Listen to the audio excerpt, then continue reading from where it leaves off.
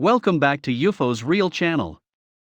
Continuing our journey in search of a smoking gun evidence to the reality of UFO/UAP phenomenon, let's see what some prominent political figures have to say. President Donald Trump, President Barack Obama, former Canadian Minister of Defense Paul Hellyer, CIA Director R. James Woolsey, Senator Marco Rubio and Senator Leader Harry M. Reid. Indeed, an impressive array of leaders who came out on the record and talked about the enigmatic phenomenon seriously and honestly. Let's pause for a moment here. All these prominent public figures have come out and stated clearly and explicitly their interest in the phenomenon. For sure they are not lying to us. For sure they do not know the nature of what is being cited and reported. For sure they are putting their prestige and reputation on the line by simply addressing such tabooed topic. What would all this indicate then? It indicates one certain fact that UFOs or UAPs are real. Keep watching, I will bend your mind.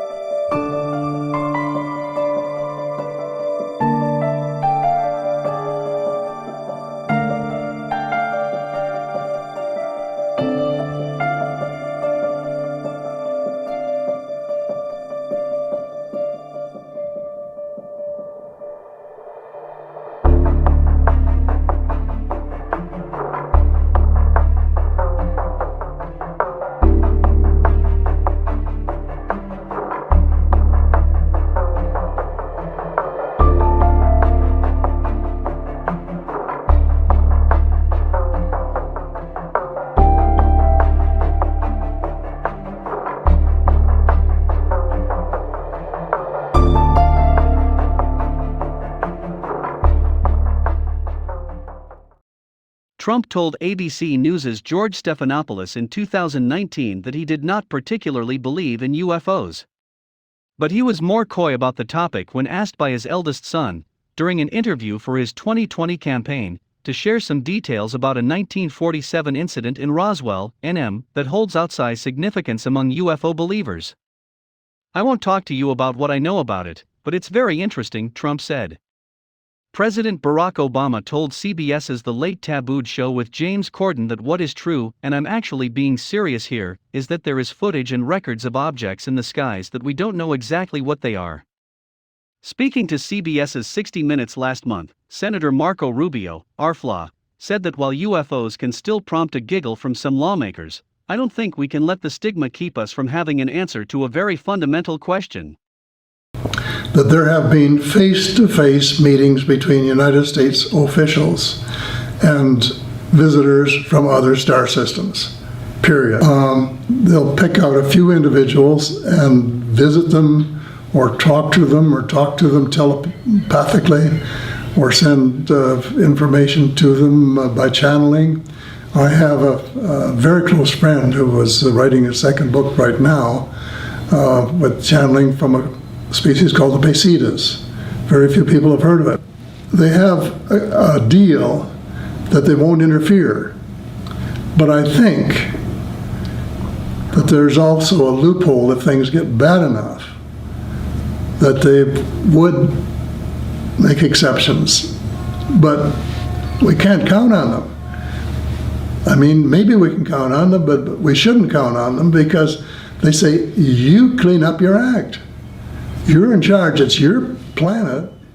Former director of the CIA had come out, and in fact, just to make sure that I have his quote right, and I wanted your reaction and maybe your overall thoughts on it, John Brennan had did a interview with George Mason University, and he was talking about UFOs and UAPs, and he was referencing some of the videos that have come out. I'm not sure if you're aware of those or watched them or anything, but called them quite eyebrow-raising. And then he started talking about life in the universe.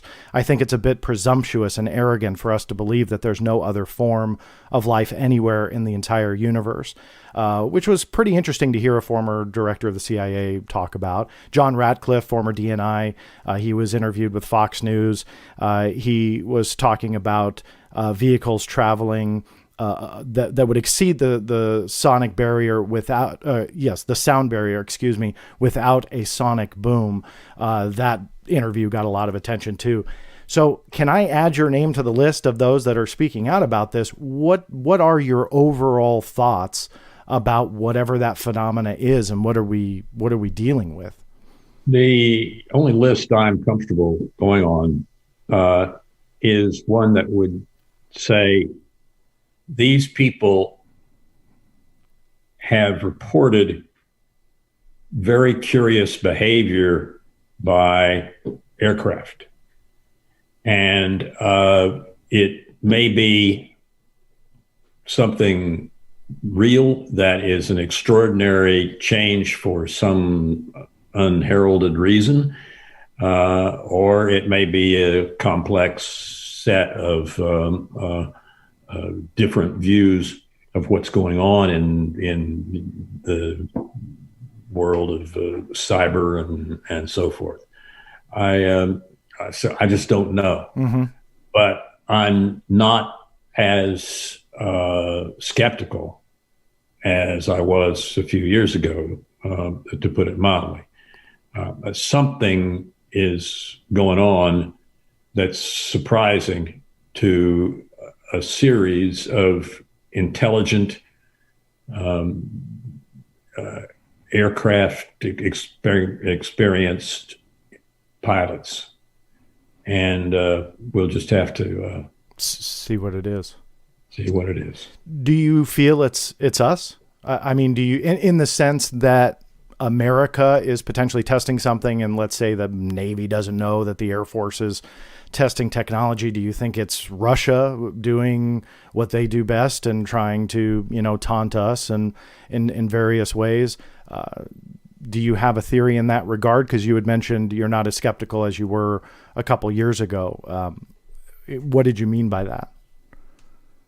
Just that I have been not in the presence of, but I've been in conversations with several individuals who have been close to an aircraft performing in an extraordinary fashion, that performs in a fashion that has not yet come to be something that people are comfortable with or expecting to see. That's about as far as I'd like to go. Sure. Which is openness to new things, willingness to examine them, hope that we can be friendly and able to deal with a wide range of behaviors in terms of dealing with our fellow human beings or with other creatures if they exist.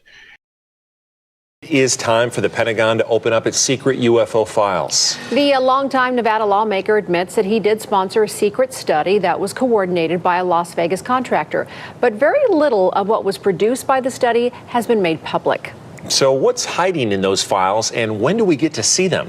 George Knapp is here live in studio with a preview of his report. I know, that's the question, right? It is. Where is it? Well, for more than a year, the public has heard about this secret study initiated by Senator Harry Reid and other lawmakers. The study continued for years, but whatever files or reports it created, very little of that material has been made public. As the I-Team first reported, the company which landed the contract for the program was a subsidiary of Bigelow Aerospace based here. The Pentagon and the Defense Intelligence Agency, DIA, have confirmed the program was real, and we know it studied anomalous aerial encounters such as the now famous Tic Tac incident from 2004. But the Defense Department has said it knows of only 38 unclassified reports that were ever produced, 38 papers total. The I-Team has confirmed beyond any question the study put together a huge UFO database with materials and evidence from all over the world. So what else is in the files?